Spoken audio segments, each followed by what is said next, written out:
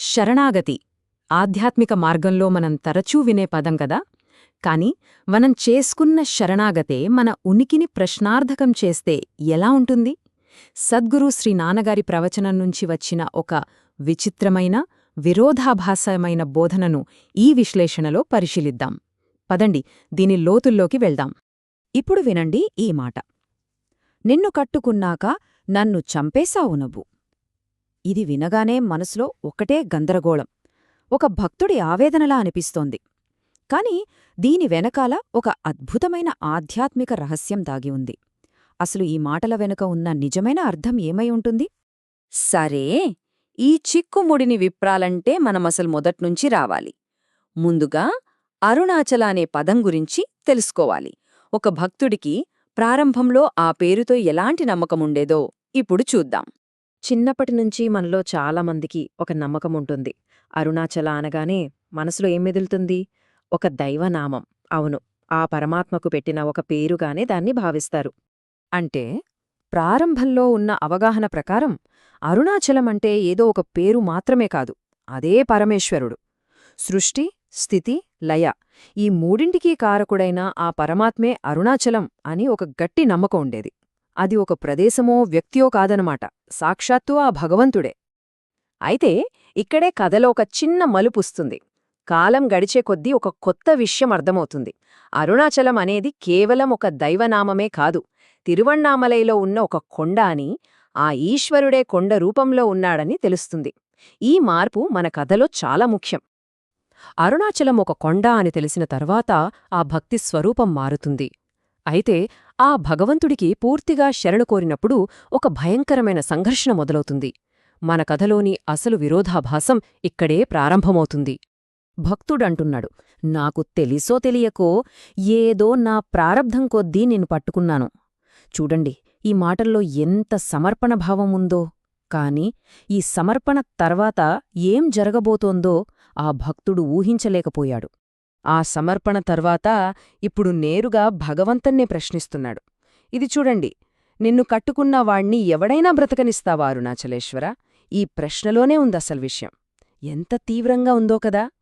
ఆ శరణాగతి యొక్క ప్రాణాంతకమైన స్వభావం ఈ ఒక్క ప్రశ్నలో బయటపడుతుంది. ఇక్కడే మనకు ఆ విరోధాభాసం కొట్టొచ్చినట్టు కనిపిస్తుంది. ఒక పక్క ఏమో భక్తుడు రక్షణ కావాలి, నీ నీడ కావాలి అని వస్తాడు. కాని అరుణాచలుడి పద్ధతేంటి? ఎవరైతే ఆశ్రయం కోరి వస్తారో వాళ్లనే లేకుండా చేయడం. ఇదేంటి, రక్షకుడే భక్షకుడవడమేంటి? అసలు ఏం జరుగుతోందిక్కడ? వినడానికి ఇది చాలా క్రూరంగా అనిపించొచ్చు, కాని ఈ నాశనం వెనుక ఒక పెద్ద ఉద్దేశ్యముంది. అదొక దైవిక కార్యం. ఆ కార్యం ఏంటో, దాని అసలు లక్ష్యమేమిటో ఇప్పుడు చూద్దాం. సద్గురు శ్రీనాన్నగారు చెప్పిన దాని ప్రకారం అరుణాచలేశ్వరుడికి ఇంకే పనీ లేదంట. ఆయనకున్నది ఒకే ఒక్క పని, నిన్ను నమ్ముకున్నవాళ్లను చంపడమే ఆయన పని. వినడానికి చాలా చాలా వింతగా ఉంది కదా. కాని దీని లోతుల్లోకి వెళితే అసలు విషయం అర్థమవుతుంది. అయితే ఇక్కడొకటి గుర్తుపెట్టుకోవాలి.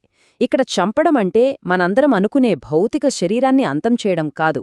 ఇక్కడ నాశనం చేయబడేవి జీవలక్షణాలు. అంటే ఏంటి? సింపుల్గా చెప్పాలంటే, నేను, నాది అనే అహం, మన వ్యక్తిగత అస్తిత్వాన్ని నిలబెట్టే ప్రతి గుణం. అరుణాచలుడు టార్గెట్ చేసేది వీటిని.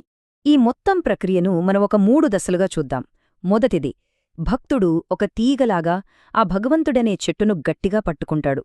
రెండోది, ఆ దైవం కనికరం లేకుండా ఆ భక్తుడిలో ఉన్న అహాన్ని, ఆ జీవలక్షణాలని కాల్చేస్తుంది. ఇక మూడోది, చివరి దశ, ఆ వ్యక్తిగత నేను, ఆ జీవత్వమనేది పూర్తిగా కరిగిపోతుంది, లేకుండా పోతుంది. సరే, ఆ నేను అనేది పోయింది, అహం మొత్తం కాలి బూడిదైపోయింది. మరి ఆ తర్వాతేంటి? ఏం మిగులుతుంది? ఆ నాశనం తర్వాత వచ్చేదేంటి?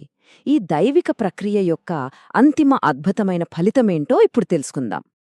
ఇక్కడ మనం అర్థం చేసుకోవాల్సిన ఒక కీలకమైన విషయం ఉంది. మన నిజ స్వరూపాన్ని మనం తెలుసుకోవడానికి, మనలోని అమరత్వాన్ని మనం అనుభూతి చెందడానికి అడ్డుగా నిలుస్తున్నది ఈ అహంకారమే, ఈ జీవలక్షణాలే. అలాంటప్పుడు ఒక ప్రశ్న వస్తుంది కదా, ఈ అహంకారమనే అడ్డుగోడను పూర్తిగా కాల్చేస్తే ఆ బూడిద అవతల ఏం మిగులుతుంది? ఆ శూన్యంలో ఏముంటుంది? దానికి సమాధానమే ఈ మొత్తం ప్రక్రియకు ముగింపు. అహం నశించాక మిగిలేది చావులేని సత్పదార్థం. అది మృత్యువు కాదు, అమృతం. అంటే ఆ దైవిక హత్య వెనుకొన్న అసలు ఉద్దేశ్యం భక్తుడిని చంపడం కాదు, వాళ్లలోని చావు అనే లక్షణాన్ని చంపి వాళ్లను అమరస్వరూపులుగా మార్చడం.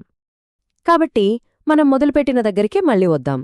ఈ లెక్కన నిజమైన శరణాగతి అంటే మనల్ని మనం నాశనం చేసుకోవడమా, లేక అహం అనే బంధం నుంచి విడిపించుకుని అసలైన స్వేచ్ఛను పొందడమా? ఇదొక ఆలోచించాల్సిన విషయం.